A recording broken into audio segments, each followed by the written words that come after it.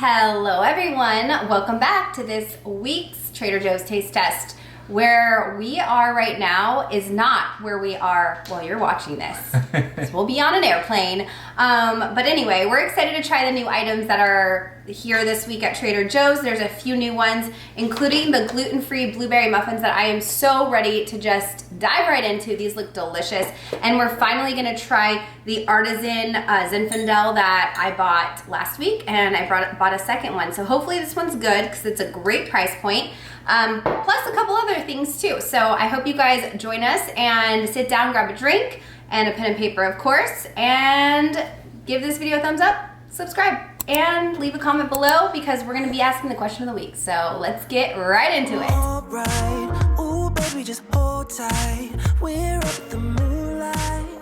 Believe in the magic. Tater tots. Gotta love them. Who doesn't love tater tots? I don't know. Honestly. I love tater tots. I like any potato, but tater tots, I don't know. They're crispy. These I just microwaved for the sake of time, but why, you may be asking, why are there tater tots? That's not a new item. I didn't show it this week in the haul, but it's because I want to try it with the crunchy chili onion sprinkle, and I just thought maybe a match made in heaven. We don't know. But we're going to try it, and this is the first thing we're going to try.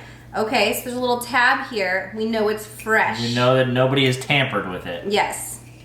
Oh, this is a big pouring spout. I was expecting it to be a little smaller. Thank you. So I'm going to be careful. I don't want to sprinkle too much. Enough to get a taste. Is that good? Yeah, I'm excited. So I'm curious to see how this is because I really like the chili onion crunch, which is in like oil or something like that. And it has a great flavor to it. It has a good crunch to it. But now that it's just the flakes and no oil, I'm curious to see how this one compares. Okay, get your fork. Okay. Okay, I'm going to try. Do you want me to wait for you? No, go ahead. Okay. Wow. Oh, that's got a little bit of a kick to it. Wow. Really great flavor. Whoo, but that's got some heat. Does it? I don't notice it yet. It might creep up on me. Okay, it's delicious though. I might have just gotten a little more of a spicy bite. Yeah.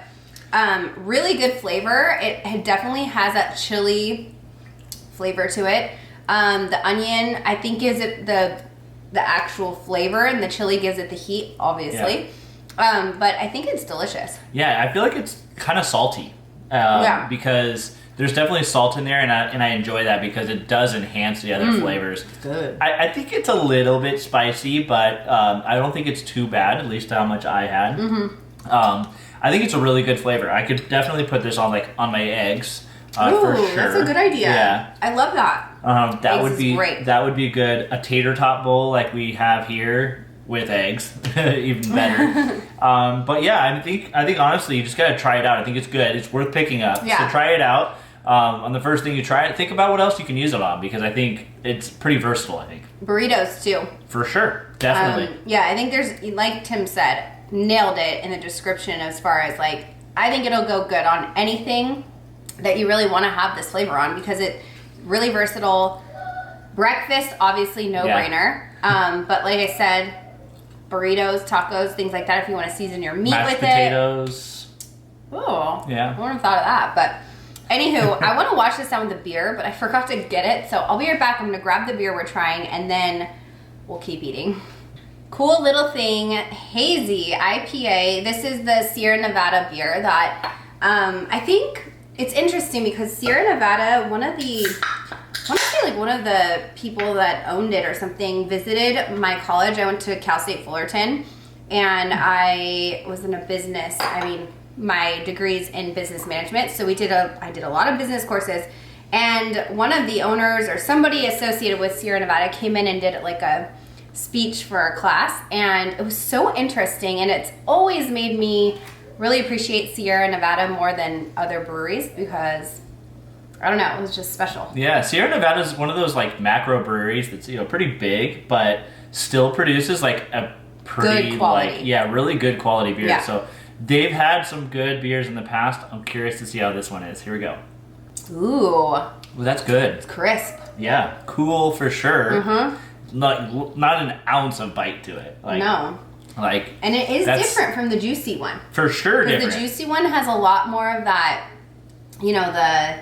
Almost like a fruity flavor. Yeah, this one has, I would say, more of like an orange flavor, like a little bit more of a citrus, but it is cool. Like, it says cool, and it actually does have like kind of a cooling sensation. Oh, I got a flavor on there that was almost like, it was really nice. It's probably just the hops themselves, but it almost had like a blueberry like after flavor to it. Wow. I don't know. I might be making that up in my own head. The can's blue. No, but like it was like a flavor in the like aftertaste. This beer overall, I really like it. I think I like it better than the juicy one. Wow. I think. Okay. So that's saying a lot. Yeah, because I really like that one. So if you guys are interested, if they have it at your Trader Joe's, definitely pick it up and try it. Yeah. I like it. I sign off on it. I do too. I think it's good. All right. Next up, I'm going to be trying this because it's not vegetarian, but this is the chicken sausage breakfast bowl. This is brand new at Trader Joe's. I don't think they've ever had anything like this. This is what it looks like. We just made it in the microwave for, I think, 3 minutes. And it looks really good. So I'm excited to try this. Get this open and there's like a lot of chunks of meat in there. Yeah. They did not skimp on the meat. Yeah, they're big old chunks of sausage. I also noticed that it's super cheesy too. I know, it's so it looks like mac and cheese almost. Well, that's interesting. So the sausage has like some seasoning in there. I'm not sure exactly what seasoning, but it definitely came through quite a bit. What does it taste like? Gosh, rosemary or? I don't even know. I'm trying to look at what's in here, and I can't put my finger on it. Oh, it might be the fennel, sage. It might be that. Parsley, sage, fennel. Black pepper, sea probably the salt. fennel you're tasting. Yeah, I think it is, and I can see some sage in there too. It's a little bit different than I was expecting it to be, but not in a bad way at all. I think that the consistency is pretty good. You got to remember that this is microwaved, so what I initially was reminded of by like the look of it is almost it's been over a decade since I've eaten here, but like a breakfast sausage from McDonald's, like an egg McMuffin, kind of reminded me of that. But then the sausage had a little bit different flavor to it, but it's good. I think I'd probably pick this up if I wanted to have like a quick breakfast that I didn't have time to like actually make eggs and sausage. Yeah. This would be something I would definitely gravitate towards. Nice. Is it like, does it remind you of Thanksgiving at all? Nope. Okay. Not at all. I kind of like wondered with the sage. There's not a lot of the Thanksgiving flavors. Fennel's an interesting one. I do like fennel. It's sage and fennel. I definitely get those two flavors now that I like taste it again after knowing that. Is it herbsy? Like, would you describe it as like a more herbsy flavor, like earthy and? Maybe a little bit. Okay. It's a breakfast sausage though, and it's a chicken breakfast sausage with those things in it. So, yeah, let's do it. Throw some of that in there. All right, let's try it with the good stuff. This is a great tester for this chili onion crunch again. I'm like still eating the tater tots, so while I'm trying this chili onion crunch, I'm like, ooh, that's a good one to add to you too. That helps it so much. Really? Yeah, I love it. Definitely pair those together. If you're interested in both of these items, try them together. That changed it. That changed the game. Good. So we know now. The chili and onion crunch, whatever the shaker thing Goes is, well with eggs. goes really well with eggs. And sausage, apparently. I didn't even get any sausage, really, but it's good. I like that combo. Okay, awesome. Well, unfortunately for me, we have to move on to something else that I don't get to try again because it is the new Ponzu sauce. I talked about this in the hall, so you guys, if I'm repeating myself, I'm sorry, but I was really interested in trying this and was very excited, but I found out as I was reading the ingredients that there are fish flakes. Bonito flakes, which are fish. And yeah, it's a bummer because I don't get to try it, but Tim does. And I I steamed some broccoli for him because he did a little research and found that you said fish, right? Fish? Yeah, so it's good for fish, meat, and vegetables, and then I recommended like drizzling over broccoli. So perfect. Put that in there. Steam some broccoli. And I also learned that ponzu sauce is like soy sauce, but it has like yuzu and more like citrus flavors to it. Oh, okay. So that's nice. So the umami flavor with soy sauce, that's umami sauce with soy sauce, is like, you know, kind of the traditional soy sauce flavor, but then there's yuzu juice in it. So I mean, what would Trader Joe's do if they didn't add more yuzu for a new product this week? That would have been weird. Okay, let's try a little bit here, and that was a good pour. Yeah, here we go. I did not season the broccoli at all. I just steamed it straight up so he can really taste the flavor of the ponzu. It's interesting. Is it? Yeah, because it is. You know, I'm so conditioned to think that this is going to taste like soy sauce, but it has more of like a citric flavor to it, citrus, and yeah, it works. It's pretty good. It's not anything like salty. I don't think it's very salty like soy sauce is. Okay. It might actually be, but I didn't notice it. And then yeah, the citrus flavor is pretty pronounced. Oh, okay. Now I'm even more bummed. It sounds really good.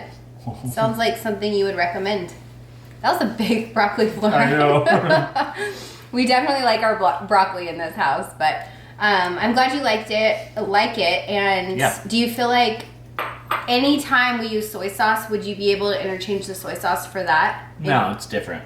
Okay. Yeah, I mean, you could probably in certain situations definitely like do it, but it's not like that salty soy sauce flavor that you get traditionally.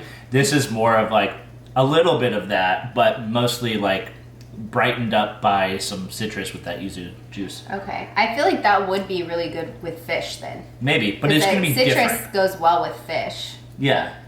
It's right. you could, okay, let me change my answer. You could interchange the two, but it won't be the same because this one is more of a citrusy.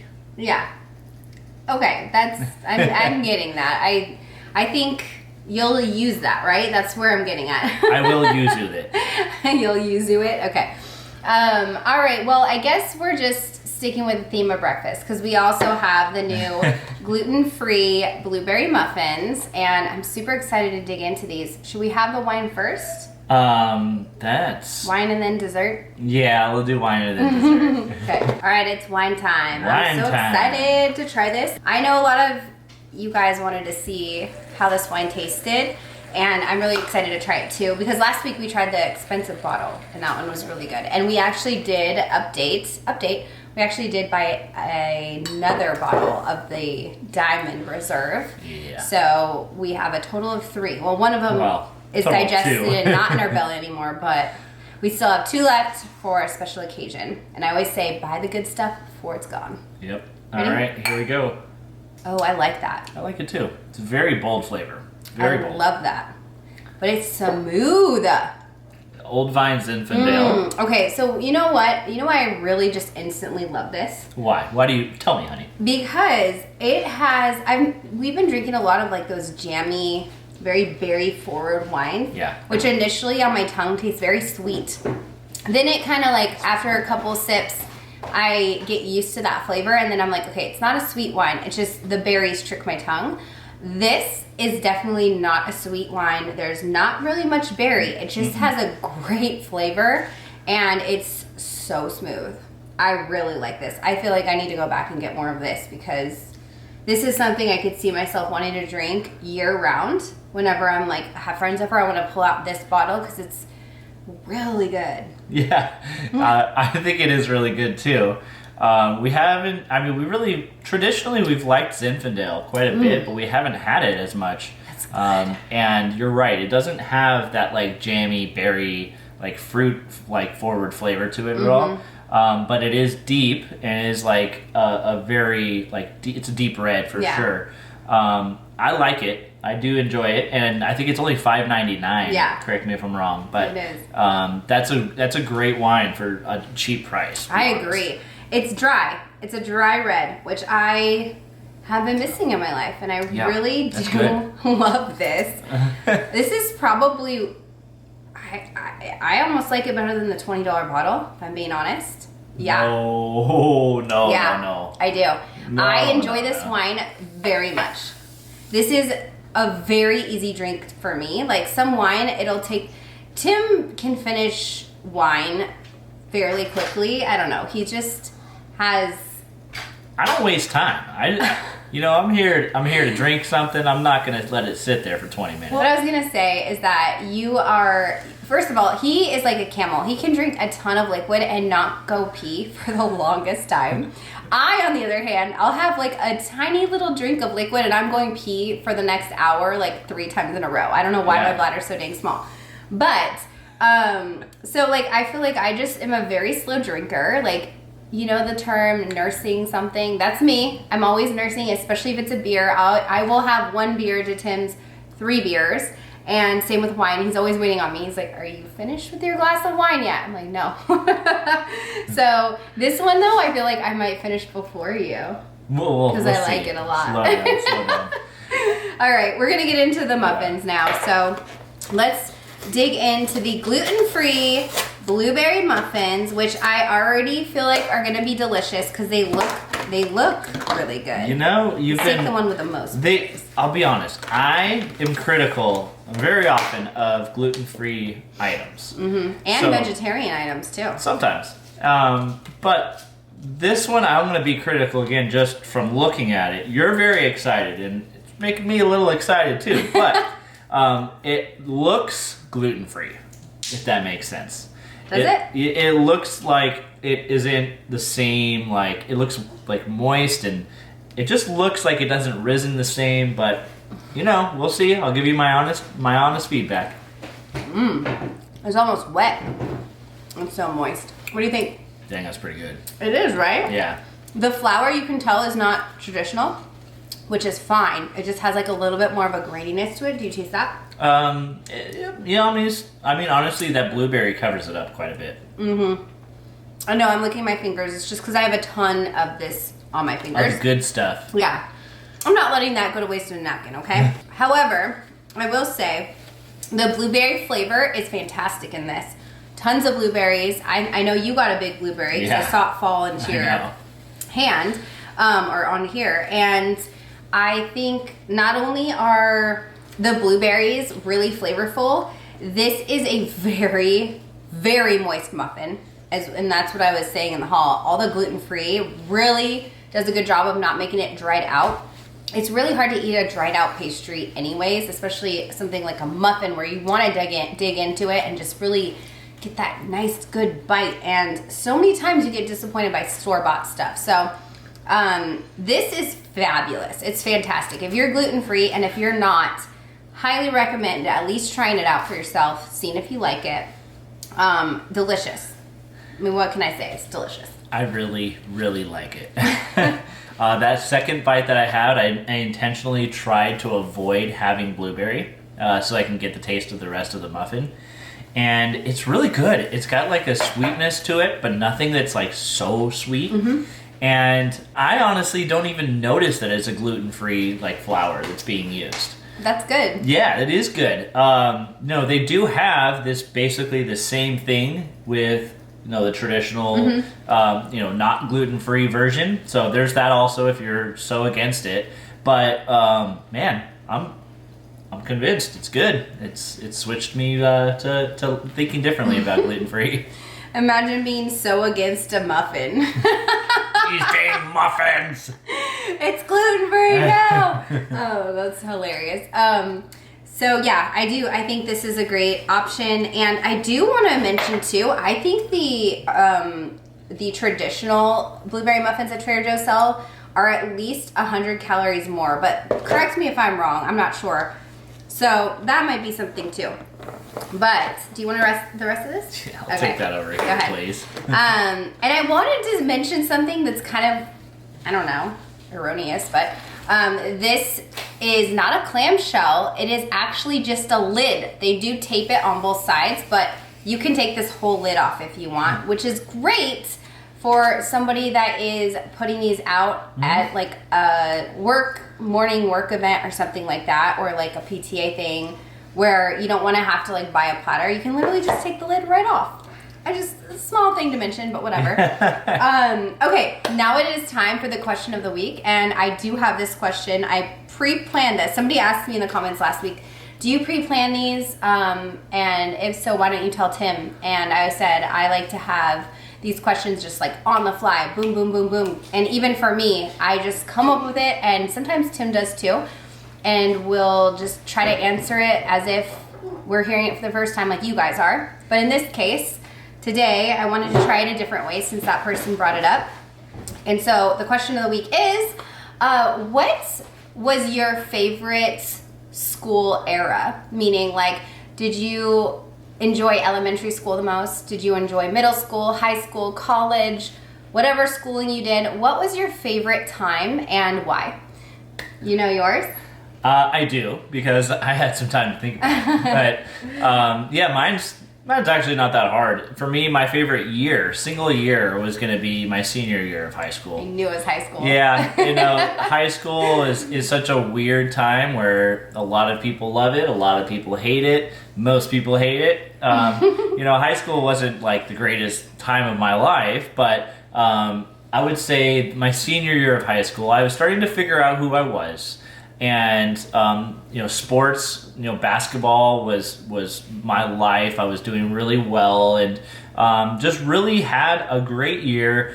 And I think also your senior year, when you also like already like figured out where you're gonna go to college, like senior year is also kind of academically a joke. So that was a fun year. You know, my social life was you know, thriving, and yeah, it stands out the most to me. I love that.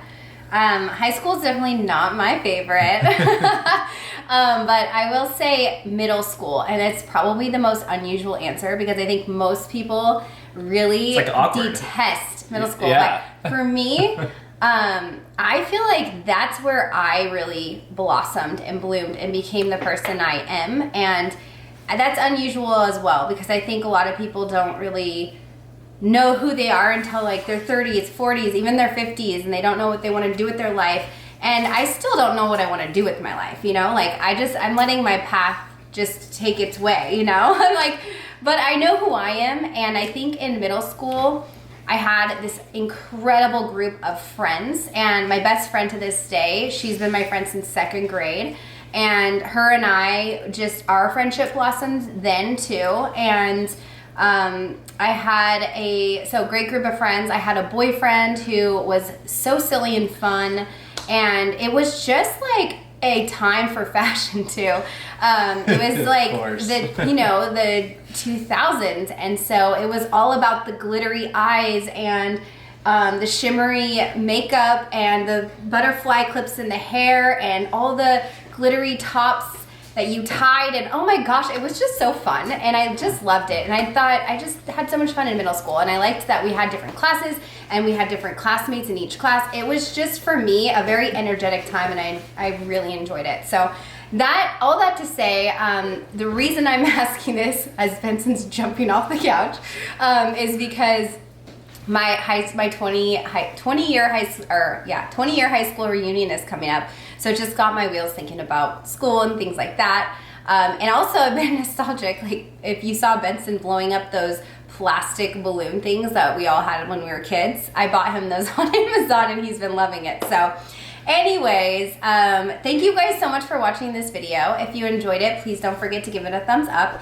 Subscribe to the channel if you haven't yet already. And please, please, please answer the question below. I love this question this week, and I'm really excited and interested to see what your favorite era of schooling was and why. So thank you guys again, and I'll see you in the next video. Bye. Follow me on Instagram if you want to see our New York shenanigans. Bye.